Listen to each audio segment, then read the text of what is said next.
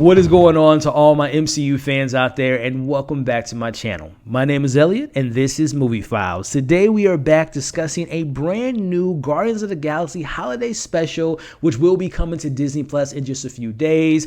I gotta check it out just a couple days early, and I'm so excited to share my thoughts with you all. And a little bit later, we're gonna be talking about some spoilers, which I'll give you all the warning once we get to that portion. But I'm gonna talk a little bit about the reveals in this holiday special and what it can mean for the future of these characters. So keep an eye out for that a little bit later in the video. But before we get into all the fun stuff, if you all haven't already, consider subscribing to the channel and hitting that notification bell. That way you can stay up to date with all my daily MCU content. You can also give your boy a follow on Instagram, TikTok, and Twitter. All those links can be found in the description of this very video. Which, speaking of this video, if you all enjoyed my review today, make sure you're hitting that thumbs up. Make sure you're sharing this review to anyone and everyone you know that loves Marvel just as much as we do. But more importantly, I want to know your thoughts on the Guardians in the comments. Number one, are you a fan of the Guardians? If so, which one is better? Part 1, Part 2, and if you're excited for Part 3, and of course, once you've seen this holiday special, what were some things you took away from it? What were some of your favorite moments? And of course, when we get to the spoiler portion, let's talk about some of those big reveals in the comments below. So with all that being said, listen, your boy's a Guardians fan. The Guardians 1 is one of my favorite MCU films, top 5 for me, 2014, when they introduced us to them. I loved it. I enjoy Part 2 more so than others, but I say all that to say, I love these characters, man, and I love catching up with them and knowing James Gunn has said many, many times so far, this is the last time we're going to be seeing this iteration of the Guardians ever. So I'm taking it all in, man, with this special, and of course, when we get to May with their final chapter. So let's start off with my positives, and I want to start off by talking a little bit about things that I took away with this special. It's like 42 minutes holiday special, and right off the bat, I want to say, it's charming, it's cute, it's fun, it has a lot of heart to it, it has some really good messages, some sentiments about caring for your loved ones and what it can mean to just do something special for someone that you care about. It goes a long way. I love those messages, and also removing my MCU-isms and knowing that, number one, this is the second special we've gotten in the last few months. I love Werewolf by Night. You can see my review on that. But knowing that this is a much different special, because Werewolf by Night had to establish Jack and Elsa and the Bloodstone and the more supernatural MCU. This is not that. This Guardian special is just giving you a little bit of a prelude or giving you a little bit of an introduction of what we can maybe see in the last time we're going to see them in May in Guardians 3. So it doesn't have that weight to it, and it's just hanging out with these characters, man. So I did enjoy catching up with the characters, seeing some of my favorite characters in this family, and again, the importance of just doing something nice for someone, I think, is a message that we can all take away from after seeing this particular special, and just also acknowledging that it is a established MCU IP, and I really enjoy when they tie things in, especially tie things in from this very franchise that we haven't seen since particular films that we'll talk about in the spoiler portion. But I love how, again, it acknowledges the MCU, it acknowledges things in this universe that I was very happy about seeing, especially, again, last time we saw them was Thor: Love and Thunder. What happened after that film, you see that in this holiday special. And also, there are some reveals that we'll talk about later that I definitely think sets up some future things. And there's a particular Easter egg that I really love that they gave us in this special. And of course, too, again, seeing Rocket and Nebula, I just love these characters. I gotta get into my criticisms, and I don't want to sound like a Grinch, y'all, but listen, at the end of the day, this holiday special wasn't necessarily for me. Now, giving you all examples, I did smile. I found myself smiling at various points watching this holiday, and there was a couple jokes that I found to be funny.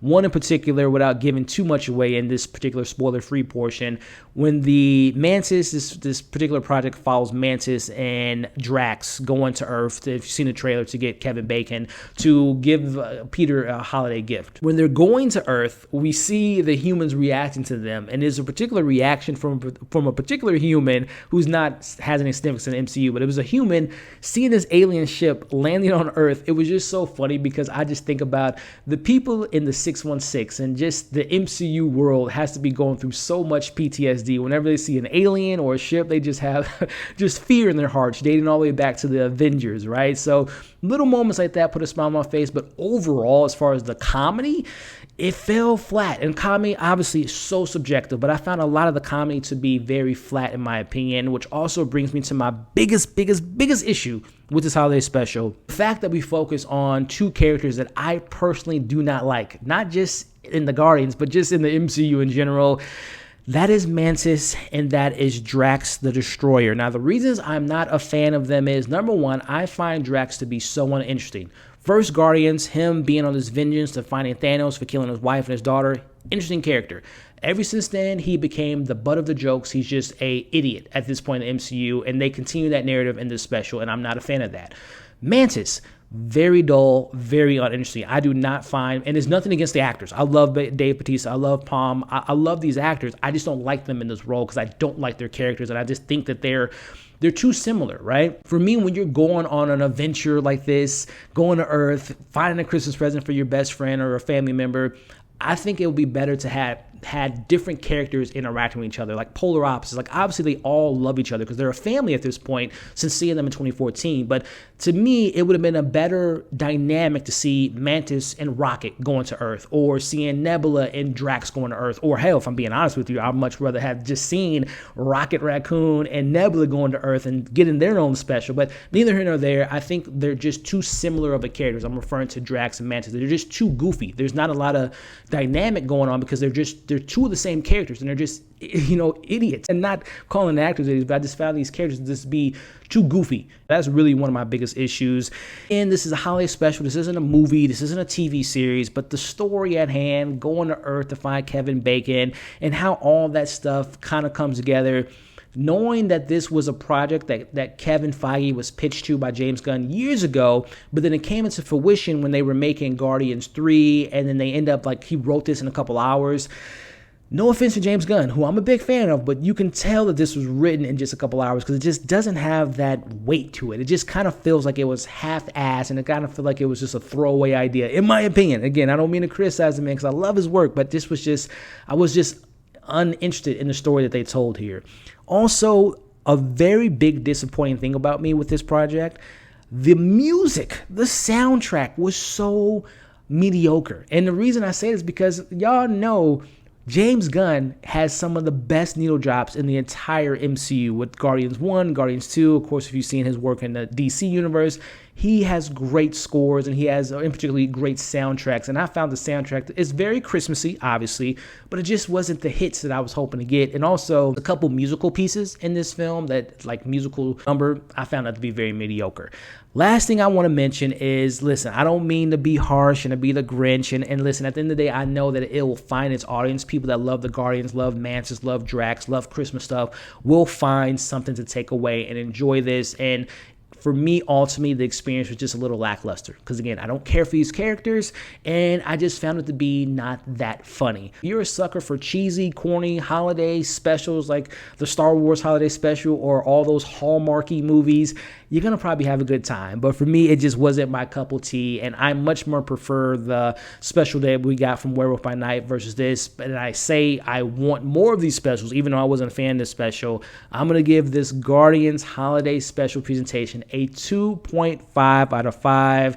And one more thing before we get into the spoiler portion. Even though I wasn't necessarily a fan of this special because it was focusing on characters I don't really care for, this doesn't take anything away from my excitement for Guardians 3. I'm very much still excited for it. I'm very much a fan of this idea of creating these specials and seeing what they can do with that medium. So even though I wasn't a fan of this, I'm excited for the future. But now, pivoting over to the spoilers of this Guardians of the Galaxy holiday special. Again, spoiler warning. I'm pre-recording this video before it comes out. But if once you've seen it, go watch it. Come back to this video. Let's talk spoilers. But if you've seen it, you're in the right place. So this is my top 5 takeaways, top 5 spoilers I want to talk about with this special. Number 1, we open with the Yondu coming back, right? It's a flashback and it's cartoon animated thing. I was at first a little bit nervous how they presented Yondu because last time we saw him in Guardians 2, he sacrificed his life, and I'm like, why are they bringing it back, the bad days, the negative days on this character? But again, I like the payoff of when he ends up having a Christmas spirit, and the moment that he has with Peter was something that I really enjoyed. But also, I want to go back into that little animation thing. I always knew that Cracklin was a part of the Ravengers, and he's been a part of Peter's life since he was picked up on Earth, but I really like that dynamic that him and Peter have been friends for such a long time, which makes me unfortunately say this next portion. I think Kraglin is probably gonna die in the next Guardians film, just because number one, him being his brother is James Gunn. He's moving over to DC. I think we're gonna see him end up dying in that next film. But again, I really do appreciate that relationship that those two characters have, and I do think that Kraglin will probably end up dying in the next Guardians film that we see him. But over to my number 2 takeaway from this, I love the tie-ins to the first Guardians and just the greater MCU, and I'm referring to them now being operational managers or taking care of Nowhere. I love that tie-in and that they're trying to clean it up, right? Especially since the last time we saw Nowhere was in Infinity War, and we know what Thanos did to that. So I love that they are bringing those elements back and that they are now operating Nowhere, and I'm pretty sure that that's going to be an element in Guardians 3, that we're going to see them again taking care of Nowhere and maybe seeing Adam Warlock or seeing High Evolutionary wrecking shop yet again for them. So I love, again, those tie-ins there. But also, speaking of tie-ins, we've seen Cosmos, the space dog, in Guardians 1 and 2, but now we can officially meet the dog, Cosmos, and who was voiced beautifully by Maria Bakalova, who you all might have known from the Borat films, or most recently this year, Bodies, Bodies, Bodies, and Cosmos will be in Guardians 3. So I like Cosmos. I'm not going to sit here and stunt and act like I know everything about the character, but from the little bit of research that I did prior to shooting this video, I see that it's very powerful. There was one thing that I saw that said it was just as powerful, not as powerful, but kind of can play in the same ballpark with Adam Warlock. So very powerful dog, and I'm very excited to see how the dog Cosmos plays into Guardians 3, and hopefully we see more of that character after that film. But getting into my third point here, I thought it was so funny, and I thought it was also very interesting to see when Drax and Mantis land on Earth and they go to Hollywood. They see a fake Steve Rogers, and their reaction is saying, "Hey, Steve." Mantis particularly wanted to give him a hug, and he ran away because it's like, who are these people? I thought that was so interesting because that just gives me the confirmation that the Guardians just like interacted with all the different Avengers when they were at Tony's funeral. So I would love a cut scene or just like a flashback of seeing the Guardians having a conversation with Steve Rogers, because we saw Rocket having his interactions with the Avengers. We saw Groot talking to Steve in the Infinity War battle, but I would have loved to have seen what a conversation consists of with Drax, Mantis, and Steve Rogers. So I thought that was a nice little callback. And also, correct me if I'm wrong, from my Marvel heads out there, when they go to that Hollywood portion of LA, that was the same location in Iron Man 3 when Happy almost lost his life. I'm pretty sure that was the same location. So again, the tie-ins were pretty cool in this special. Which, speaking of tie-ins, I'm gonna need your help on this fourth part. Help me out in the comments here. There we get a big moment, which it's revealed that Mantis is the sister of Peter. Now, the thing that I need help with is going back to Guardians 2, and I haven't seen that film in a couple years, but refreshing my memory, the whole thing was Ego planned that he needed the power of 2 Celestials to expand himself to different planets, and I know that they revealed that he impregnated women across the galaxy.